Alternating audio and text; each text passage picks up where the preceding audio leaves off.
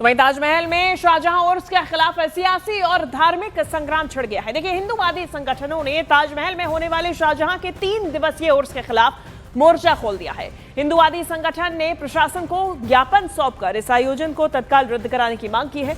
12 जनवरी को हिंदू महासभा के पदाधिकारी ने जिला प्रशासन को ज्ञापन दिया। उन्होंने कहा कि 15, 16 और 17 जनवरी को ताजमहल में होने वाला शाहजहां उर्स पूरी तरह नियमों के खिलाफ है। अखिल भारत हिंदू महासभा नाम के संगठन का दावा है कि ये स्थान तेजो महालय है और यहाँ भोले बाबा का ध्वज फहराया जाना चाहिए, न कि किसी अन्य धार्मिक आयोजन की इजाजत दी जानी चाहिए। तो ये 3 तस्वीरें आप देखिए और समझिए कि एक बार फिर से शाहजहां उर्स को लेकर किस तरीके से ये विवाद गरमाया और यहाँ पे तेजो महालय, ताजमहल नहीं, तेजो महालय होने का दावा किया गया। उर्स का विरोध करते हुए संगठन की तरफ से कहा गया कि यहाँ पे शिव भगवान का ध्वज फहराया जाएगा।